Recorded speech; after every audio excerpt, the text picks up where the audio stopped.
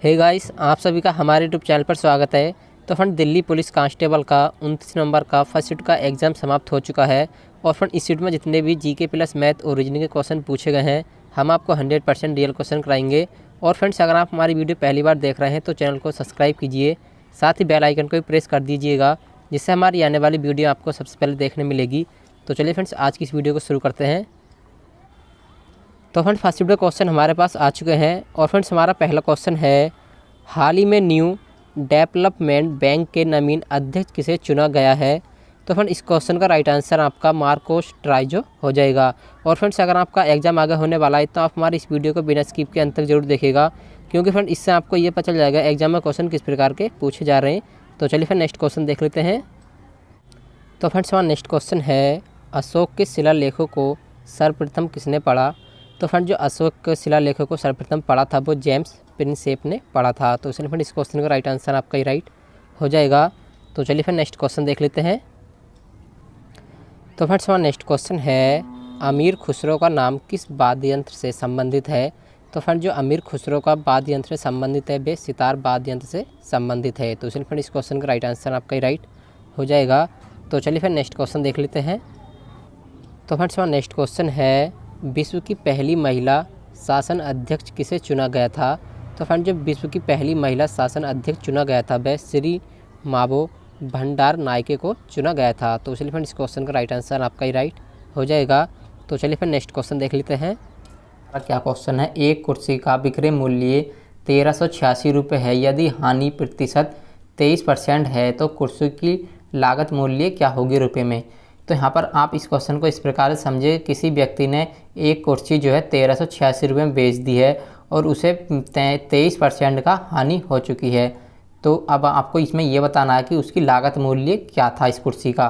तो आपको लागत मूल्य निकालने के लिए ऊपर रख देंगे 1386 रख देंगे और नीचे रख देंगे, यानी कि 100 में से हम जो है 23% घटा देंगे तो ये कितना आएगा, 77 आ जाएगा। तो 77 की अब जो आपको इसे भाग देनी होगी और तो 100% निकाल देंगे इसकी कितनी लागत मूल्य थी।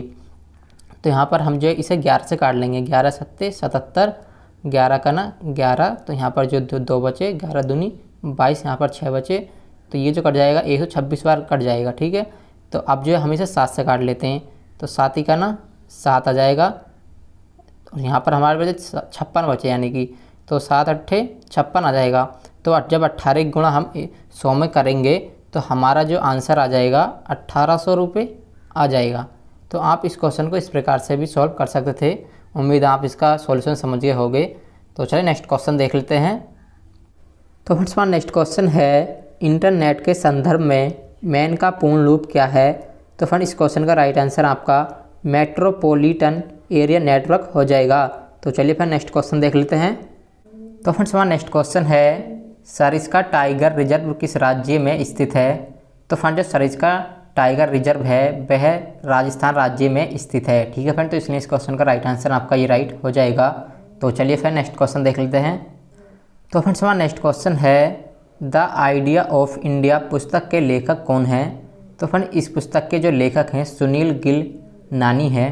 ठीक है फ्रेंड, तो इसलिए इस क्वेश्चन का राइट आंसर आपका ये राइट हो जाएगा। तो चलिए नेक्स्ट क्वेश्चन देख लेते हैं। तो फ्रेंड्स, हमारा नेक्स्ट क्वेश्चन है, दक्षिण एशिया का एकमात्र सक्रिय ज्वालामुखी है। तो फ्रेंड, जो दक्षिण एशिया का एकमात्र सक्रिय ज्वालामुखी है वह बंजर द्वीप है। तो इसलिए फ्रेंड, इस क्वेश्चन का राइट आंसर आपका ये राइट हो जाएगा। तो चलिए फिर नेक्स्ट क्वेश्चन देख लेते हैं। तो फ्रेंड, हमारा नेक्स्ट क्वेश्चन जिसमें ये पूछा गया था, एक कोड भाषा में इसको इस प्रकार से कुट रूप में लिखा जाता है, तो इसको किस भाषा में लिखा जाएगा। तो फ्रेंड, यहाँ पर आप देख लीजिए कि यहाँ पर कौन सी सीरीज चल रही है इन दोनों में।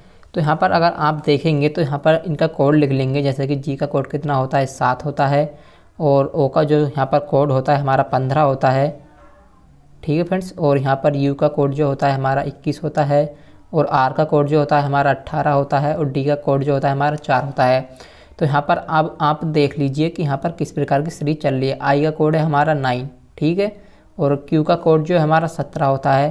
ठीक है फ्रेंड्स, और एस का कोड जो होता है हमारा 19 होता है। ठीक है, और टी का कोड जो होता है हमारा 20 होता है, और एफ का कोड जो होता है हमारा 6 होता है। तो यहाँ पर देख लीजिए कि यहाँ पर 7 में 9 में प्लस के 2 ऐड हो रहे हैं, फिर दूसरी संख्या में भी 2 ऐड हो रहे हैं, फिर तीसरी संख्या में जो है माइनस के हो रहे हैं 2, फिर चौथी संख्या में भी प्लस हो रहे हैं 2, फिर पाँचवीं संख्या में भी जो आपके 2 ऐड हो रहे हैं। तो अब आपको भी यहाँ पर इस प्रकार से कर लेना है। तो यहाँ पर जैसे कि ए का कोड होता है हमारा 1, तो जब इसमें हम 2 ऐड करेंगे तो 3 हो जाएगा, और 3 कोड किसका होता है, सी का होता है, तो मैं सी यहाँ पर लिख देता हूँ। और पी का कोड जो होता है हमारा 16 होता है, तो मैं यहाँ पर 16 लिख देता हूँ। अगर 16 में हम 2 ऐड करेंगे तो 18 हो जाएगा, और 18 कोड जो होता है किसका होता है, आर का होता है, तो मैं यहाँ पर आर लिख देता हूँ। ठीक है फ्रेंड्स। और उसके बाद जो है यहाँ पर देख लीजिएगा एच आता है, तो एच का कोड कितना होता है, 8 होता है। तो अब हमें 30 संख्या में क्या करना था कि 2 को घटाना था, तो 2 घटाएंगे तो 6 बचेगा, और 6 का कोड किसका होता है, एफ होता है। ठीक है फ्रेंड्स। और यहाँ पर आप देख लीजिएगा आता है हमारा आई आता है, तो आई का कोड कितना होता है, 9 होता है। अब 9 में से हम 2 माइनस को करेंगे तो 7 आएगा, और 7 किसका कोड होता है, जी का कोड होता है।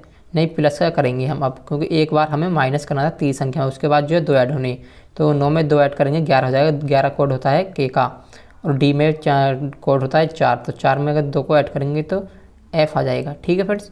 तो यहाँ पर जो आएगा आपका सी आर एफ के एफ आ जाएगा। तो आप इस क्वेश्चन को इस तरीके से सोल्व कर सकते थे। तो चलिए फिर नेक्स्ट क्वेश्चन देख लेते हैं।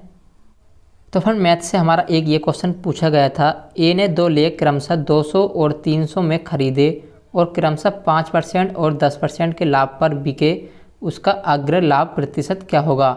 जो उसका जो प्रतिशत में लाभ पूछा गया है कि उसने ये 2 वस्तुएं खरीदी हैं, जैसे कि एक वस्तु 200 रुपये खरीदी है और दूसरी वस्तु 300 रुपये खरीदी है, तो पहली पर उसे जो है 5% का लाभ हुआ है और दूसरी पर उसे 10% का लाभ हुआ है। तो फ्रेंड मेरी बात को इस प्रकार से समझिए, जैसे कि 200 पे उसे जो है 5% का लाभ हुआ है, तो अगर हम 200 का 5% निकालते हैं तो यहाँ पर 10 आता है। ठीक है। और इसी प्रकार से हम 300 का जो है 10% निकालते हैं तो इसका जो आ जाएगा 30 आ जाएगा। ठीक है फ्रेंड्स। तो उसने जो यहाँ पर देख लीजिए कि उसने जो 500 रुपये खर्च करे थे, 500 में 2 वस्तुएं ली थी, तो उसने जो है फिर उसे बेच दी। कितने की बेच दी है, यहाँ पर देख लीजिए 500 रुपये ये हो गए और 40 ये हो गए, दोनों को ऐड करके, तो यानी कि 540 रुपये उसने कमा लिए हैं। तो अब इसे मैं यहाँ पर देख लीजिए, दोबारा समझाता हूँ। तो जैसा कि उसने 40 रुपये कमाए थे, ठीक है, दोनों वस्तुओं पर, कितने रुपये लगाकर, 500 रुपये लगाकर, तो ये कितने प्रतिशत है, 40 500 का, यहाँ पर आप निकाल देंगे, 2 जीरो से इसे काट देंगे, 5 अट्ठे 40, तो यहाँ पर जो है उसका प्रतिशत लाभ है 8% है। तो आप इस क्वेश्चन को इस तरीके से सोल्व कर सकते थे। तो चलिए फिर नेक्स्ट क्वेश्चन देख लेते हैं। तो फ्रेंड्स हमारा नेक्स्ट क्वेश्चन है, किसने द नैनसेक पुस्तक लिखी है। तो फ्रेंड जो द नैनसेक पुस्तक के लेखक हैं वे झुम्पा लाहिड़ी हैं। ठीक है फ्रेंड। तो इसलिए इस क्वेश्चन का राइट आंसर आपका ये राइट हो जाएगा। तो चलिए फिर नेक्स्ट क्वेश्चन देख लेते हैं। तो फ्रेंड्स हमारा नेक्स्ट क्वेश्चन है, कौन सा राज्य भारत में सबसे बड़ा जूट उत्पादक है। तो फ्रेंड इस क्वेश्चन का राइट आंसर आपका पश्चिम बंगाल राज्य हो जाएगा। पश्चिम बंगाल राज्य भारत का सबसे बड़ा जूट उत्पादक राज्य है। तो इसलिए इस क्वेश्चन का राइट आंसर आपका ही राइट हो जाएगा। तो चलिए फिर नेक्स्ट क्वेश्चन देख लेते हैं। तो फ्रेंड्स हमारा नेक्स्ट क्वेश्चन है, भारतीय खिलाड़ी नीरज चोपड़ा का संबंध किस खेल से है। तो फ्रेंड जो भारतीय खिलाड़ी नीरज चोपड़ा का संबंध है वह जेवलिन थ्रो खेल से संबंधित है। तो चलिए फ्रेंड इस क्वेश्चन का राइट आंसर आपका ही राइट हो जाएगा। तो चलिए फिर नेक्स्ट क्वेश्चन देख लेते हैं। तो फ्रेंड्स हमारा नेक्स्ट क्वेश्चन ये पूछा गया था, यदि 400 रुपये पर 10 वर्ष के लिए साधारण ब्याज 280 तो वार्षिक ब्याज दर ज्ञात करें। तो फ्रेंड इसमें क्या आपको पूछा गया है कि आपको दर बतानी है, किस दर से 10 वर्ष में 280 साधारण ब्याज होता है 400 रुपये। तो सबसे पहले आपको मैं पता होना चाहिए कि इसमें साधारण ब्याज में क्या होता है कि हर साल बराबर आपका ब्याज जुड़ता है।